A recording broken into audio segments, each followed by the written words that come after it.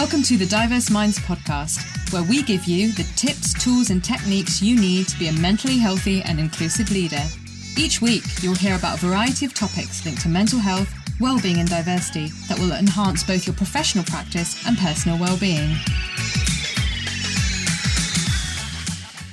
Welcome to the 59th episode of the Diverse Minds podcast.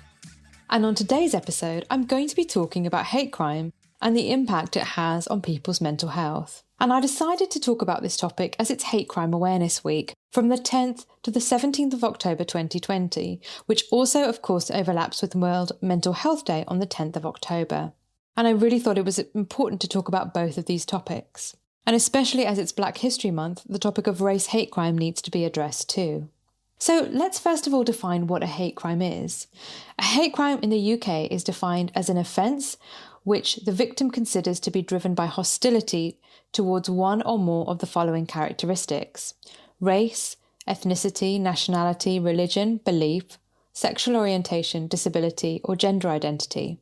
And the word offence encompasses verbal abuse, intimidation, threats, harassment, assault, bullying, and that includes exertion or abuse of power, and damage to property, which also includes vandalism.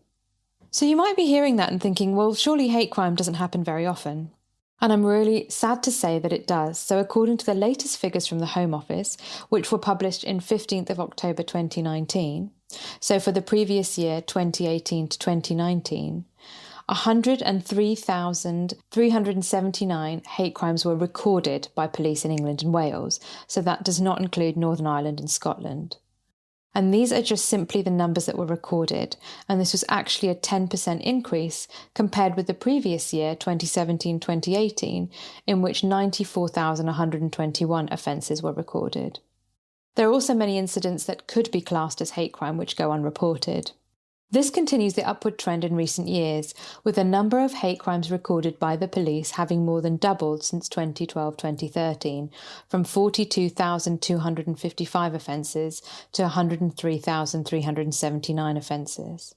So while those increases in hate crime over the last 5 years might have been driven by improvements in crime recording by the police, there have been spikes in hate crime following certain events such as the EU referendum and the terrorist attacks in 2017. And the majority of these hate crimes were in fact race hate crimes, accounting for around 76% of the offences, and this increased by 11% from 2017-18 to 2018-19. During this period, religious hate crimes also increased by 3%, sexual orientation hate crimes increased by 25%, disability hate crimes by 14%, and transgender identity hate crimes by 37%. And around 12% of hate crime offences in the year 2018-19 were estimated to involve more than one motivating factor. So that could be two or more of the characteristics I mentioned previously. And the majority of these were hate crimes related to both race and religion. And if we think back to the case in 2017 that you might be aware of Bijan Ibrahimi, who was killed by his neighbour because of his race and disability, and he complained many times to the police in Avon and Somerset, and they told him that he was an attention seeker. And the IPCC, the Independent Police Complaints Commission, did find that he was not protected and that the system had failed him. There was also a report in 2012 published on the 1st of August, and it was entitled Hidden in Plain Sight, and it was particularly focused on the experience of disabled people. And it found that harassment is a commonplace experience for disabled people, and a culture of disbelief and systemic institutional failures are preventing it from being tackled effectively. And if we think about COVID, the National Police Chiefs Council, the NPCC, acknowledged that intelligence reports confirmed the UK's far right was using coronavirus, first identified in Wuhan in China, as a reason to attack East and Southeast Asians. And this has been on the increase. I've also been reading articles about how many East and Southeast Asian communities were incredibly fearful when lockdown ended they were going to be targeted more than ever before.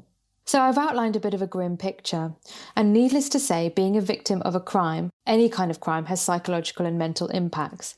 However, with hate crime, when those acts of violence and aggression are directed towards someone as a result of who they are or how they appear, and things they cannot change, and their beliefs are held and their values are held very dear to them. An academic research review entitled A Systematic Review of Empirical Research on Self-Reported Racism and Health from 2006, and I've linked this in the show notes, highlighted the more someone feels targeted by racist actions and behaviours, the greater the damage to their mental health. And this includes increased likelihood to develop chronic depression, anxiety, and psychological stress that is recurrent and doesn't go away. Now, of course, this will apply to all elements of hate crimes, whether that's based on sexual orientation, your gender identity, disability, ethnicity, nationality, and etc. And the more this happens, the increasing impact of psychological distress and damage. And if there's no support, then someone gives up and doesn't try and fight it. There's also evidence of detrimental physical health, of course, because we know that mental and physical health go together. And the effects of those who experience hate crime, they might experience obesity and cardiovascular problems as a result.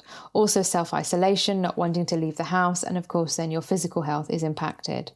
Citizens who experience hate crime and incidents can suffer stress, anger and distress for longer than a crime that is not related to their characteristics.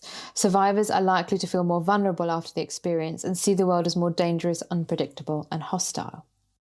So there's been a lot of talk about being an ally and an active bystander in the recent years. So I think it is crucial to know how to support people and, of course, how to support the mental health recovery journey they want to go on, where we can stand up and how we can do that effectively. So I'm going to share with you the ABC technique. So the first one is assess. So if you see or experience or are part of a hate crime, and this could even happen online, of course, or related incident, assess your own safety. You really shouldn't put yourself in danger, much like with mental health first aid or physical first aid. And in some cases, intervening directly could make the situation worse. But if you feel it's safe to do so, you can call out the behaviour directly and ask the person to stop what they're doing in a calm way. And if you are in a group or online, this might be easier to call out collectively, particularly if it's in a meeting.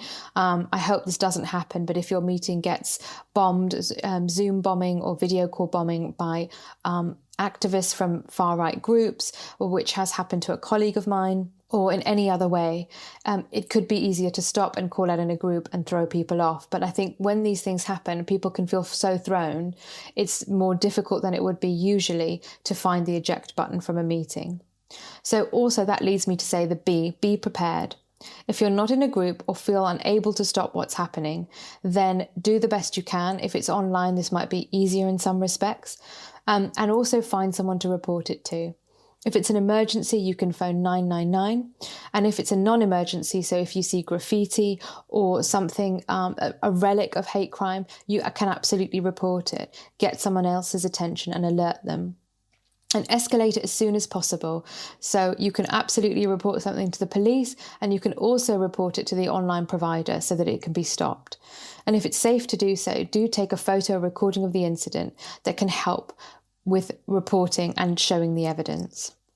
And then C, it is really vital to talk to the victim or victims or people that have been harmed and ask them how they are and what you can do for them. Stay with them if that's face-to-face or virtually, and get help for them if you're able to. That may be asking if you can call someone on their behalf, helping them to report the incident, and, as we know, simply listening to them, because active listening is so important. There are indeed many ways you can report a hate crime and get support. The first thing I wanted to mention was specifically for National Hate Crime Awareness Week. Do check out the National Hate Crime Awareness Week website, and I've got a link to this in the show notes. And then some reporting services. So Stop Hate UK is a leading national organisation working to challenge all forms of hate crime and discrimination based on any aspect of an individual's identity. Stop Hate UK provides independent, confidential and accessible reporting and support for victims, witnesses and third parties. The second one is Crime Stoppers, an independent charity that gives people the power to speak up and stop crime 100% anonymously. And then thirdly, True Vision, which is the official channel through the police, which provides information about hate crimes or incidents and how to report them.